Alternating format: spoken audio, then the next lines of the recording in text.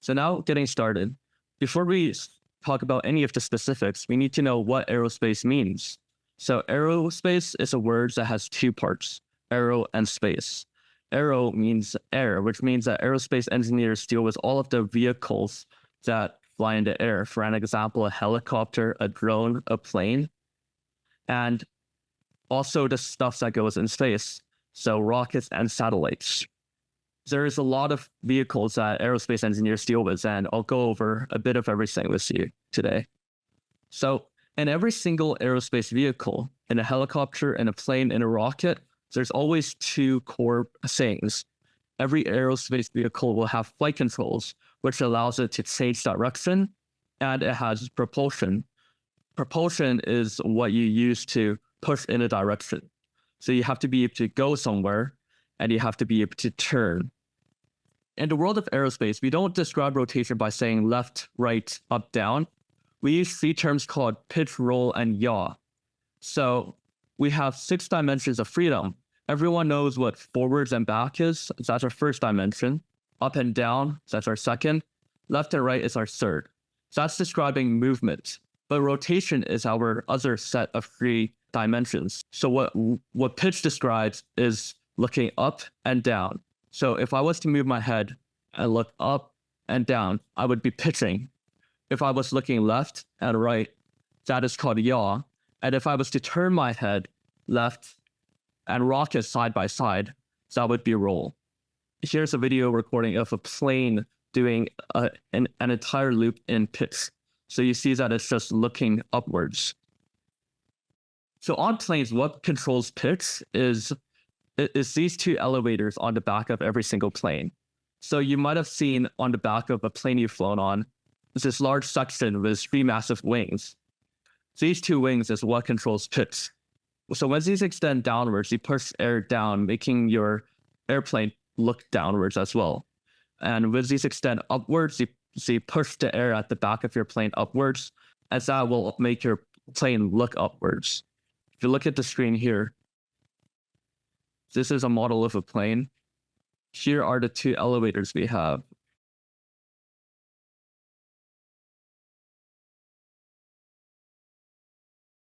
The next dimension of freedom for planes is yaw, so looking left and right. Here's a video of the plane looking rightwards. The only movement it's doing is pitching to the right. And what that is controlled by is the very tall vertical wing on the back of a plane called a rudder. The very large wing at the back of a plane over here is called your rudder, which controls yaw, allowing your plane to turn left and right. So this is the rudder moving.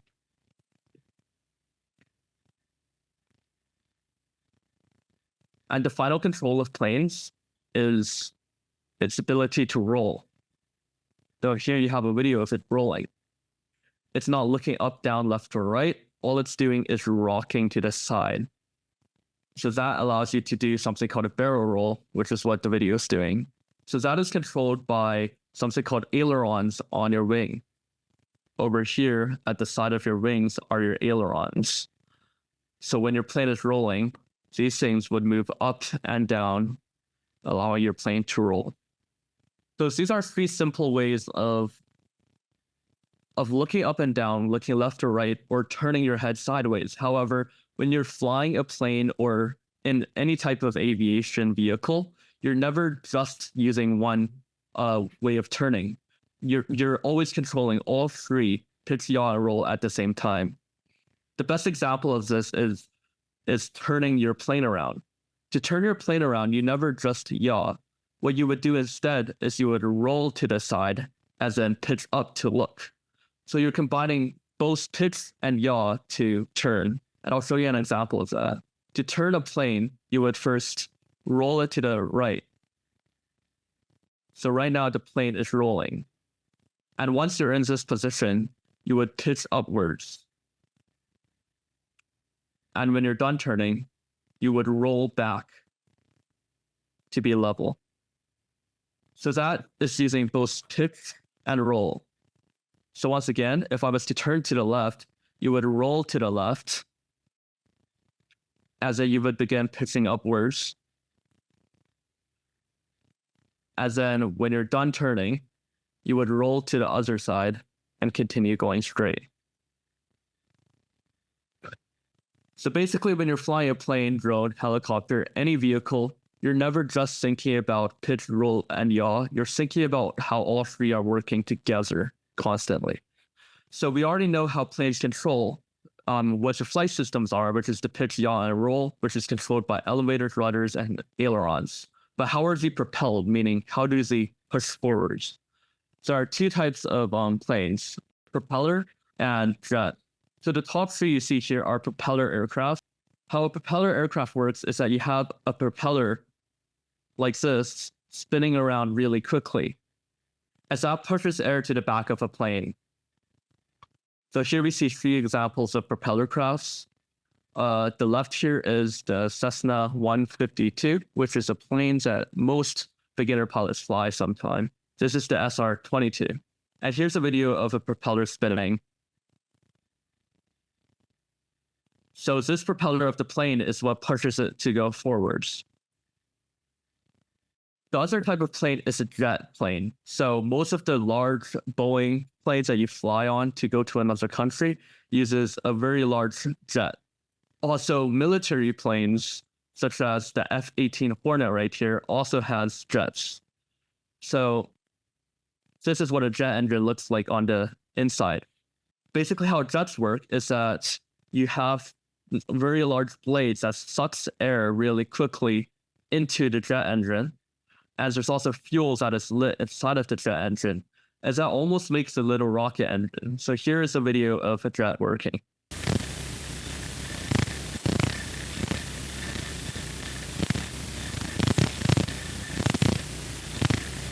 So the main differences with propellers and jets is that jets are a lot more powerful, as it can also be a lot more efficient, but they are very, very big and very, very heavy, which is why you only see large jet engines on very large planes, like the planes that carry hundreds of people to another country or something. For smaller planes, which only fly one or two people in it, it's a lot more reasonable to use propeller planes because it's very hard to make a jet engine small enough to fly a propeller plane, and they are also a lot more expensive. The next vehicle we're going to go over is drones. So these are, I'm sure a lot of you guys have your own drone. They're really fun because the thing with a drone is that you're able to control it very easily. Unlike a plane, you can hover in one place. With a plane, you always have to be moving, but with a drone, you can hover, allowing you to have more freedom in what you can do. For the propulsion of a drone, you have your four propellers, and with that spins, you create a force pushing you upwards. How it pitch, yaws, and roll is more complicated. An important thing of every single drone is that you have two propellers spinning clockwise, and you have two propellers spinning counterclockwise. This is to make sure that your drone stays stable. I'll talk more about that in a second. But when you're pitching, what would happen on your drone is that either your front two or your back two propellers would spin a lot faster. So if you imagine that these two propellers spin faster than the back two propellers, the drone would look upwards. When you're rolling, it's very similar. Instead of the front two or the back two propellers spinning faster than the other two, you're now spinning the left propeller. You're now either spinning the left propellers or the right propellers faster. So if these two propellers were spinning really, really quickly, as these two propellers were only spinning slowly, then the drone would start to roll to the side. How yaw works is a little bit more complicated. Two diagonal propellers would spin faster. And it's important to remember that these two diagonal propellers are spinning in the same direction. So if these two propellers, which are the clockwise propellers, spins faster than the two counterclockwise propellers, then your entire drone would spin clockwise. This is due to conservation of angular momentum, which is a pretty complex physics concept. But basically remember, when a drone yaws, two diagonal propellers spin faster than the other two. The next, we're going to talk about helicopters. Helicopters are one of the more complicated aircrafts. A helicopter, much like a drone, is special because it can hover in one place and it doesn't always have to be moving. A helicopter uses propellers only. Its propulsion method is its 4 large propeller blades on top of the helicopter. And to control pitch and roll, there's something called a cyclic inside of a helicopter, which basically tilts the top 4 blades in whatever direction you want it to tilt. So if you were to tilt it forwards, if you were to tilt the blades to the left, the helicopter would start to roll a little. So this is a video of the mechanism inside of a helicopter. So this is changing the directions that the blades are facing. Something about helicopters is that because you have a very large spinning blade on top that's always spinning in one direction, that's also going to cause your helicopters to start spinning uncontrollably in the other direction. So how do you make sure that doesn't happen? So a helicopter on the back has a tail rotor, as this makes sure that the helicopter does not yaw outside of control. And by adjusting how fast this tail rotor can spin, that allows you to yaw a helicopter. The next vehicle we're going to talk about is rockets. So to propel rockets, there are 2 main types of rocket engines. There are solid rocket engines and liquid rocket engines. So the top here are a couple examples of solid rocket engines. This is the solid rocket booster that is on the side of the space shuttle. So these two rockets here are solid rocket engines. Also, NASA's making a new rocket that's going to go to the moon again, as that's going to use the exact same solid rocket engines as they used a long time ago. This here is the rocket that I showed you that I built for my science fair project. That also flies a solid rocket. And for a lot of military missiles, such as this one, this is the AMRAAM missile used by the US military, that is also flying on a solid rocket engine. Here's a video of this solid rocket engine that flew on the space shuttle.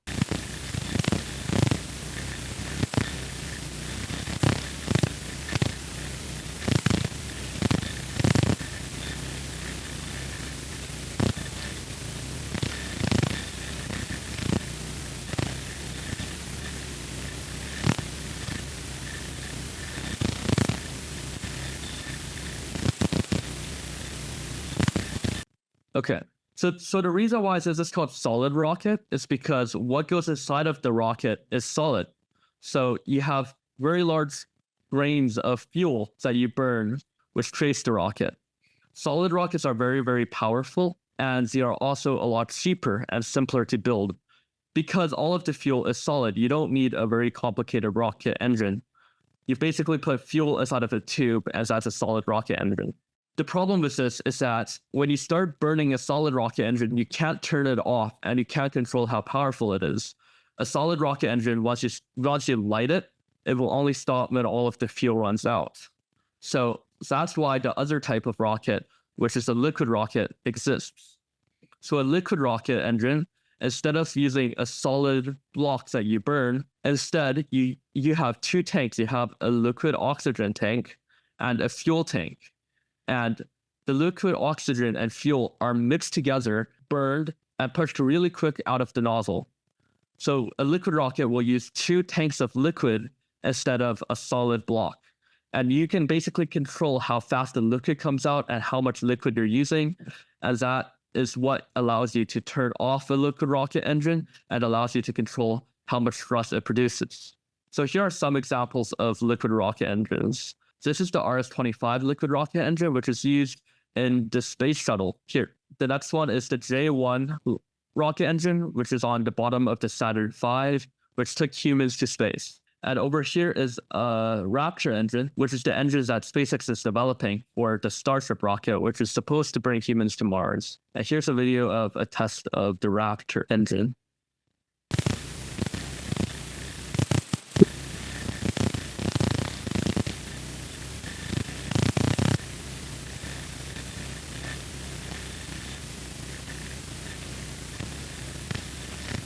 So the main difference between these two is that one's solid and one's liquid. But what does this mean?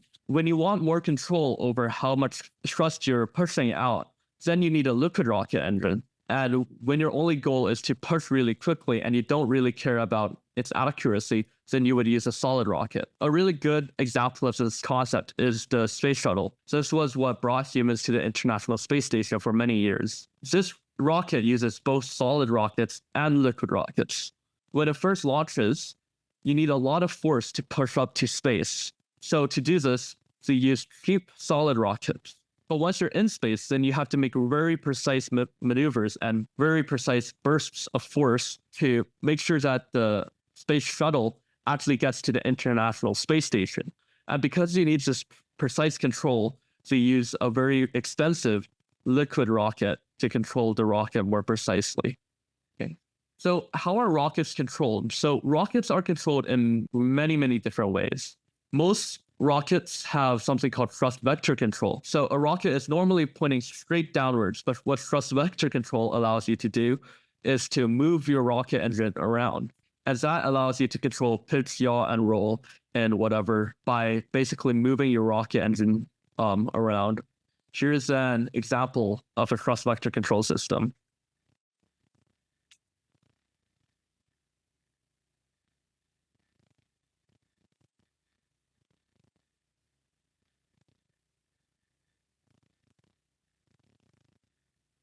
So you'll see that the thrust vector control system, which is over here, allows you to point the force in any direction you want it to point.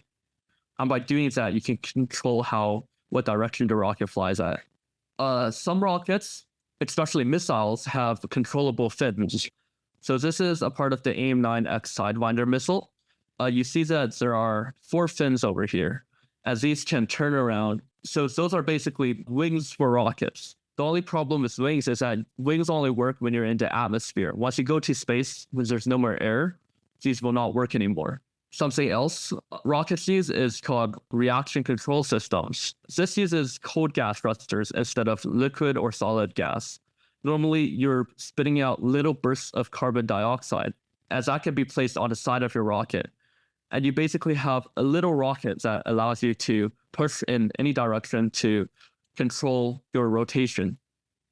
So here's some examples. So in the moon lander, there were 2 large reaction control systems on either side. On the new SpaceX Starship, there are also large reaction control system thrusters like this one over here. The final way that rockets control themselves is using something called reaction wheels. Basically what this is a very large spinning wheel inside of a rocket. This normally only controls roll. By having a wheel spinning by something called conservation of rotational momentum, by spinning a wheel clockwise, your rocket will start to spin counterclockwise. And that basically allows you to make sure that you're not rolling too fast. Satellites specifically use reaction control wheels as their flight control system, because reaction control wheels, all you need is electricity. You don't need an additional gas, and they work in space really well. Something else about satellites is that instead of using a rocket engine, they use something called an ion thruster. This is because ion thrusters are much more efficient. What they use is a gas called xenon and electricity. And by using the 2 things, you're able to make a little ion rocket. The problem with this is that this does not create a lot of force. So basically, satellites will need to have their ion thruster on for a very, very long time to do any corrections. But that's okay, because the satellite's main goal is not to be able to go somewhere really fast. The satellite's goal is to be able to move only when it needs to correct its course. And here's a video of an ion thruster.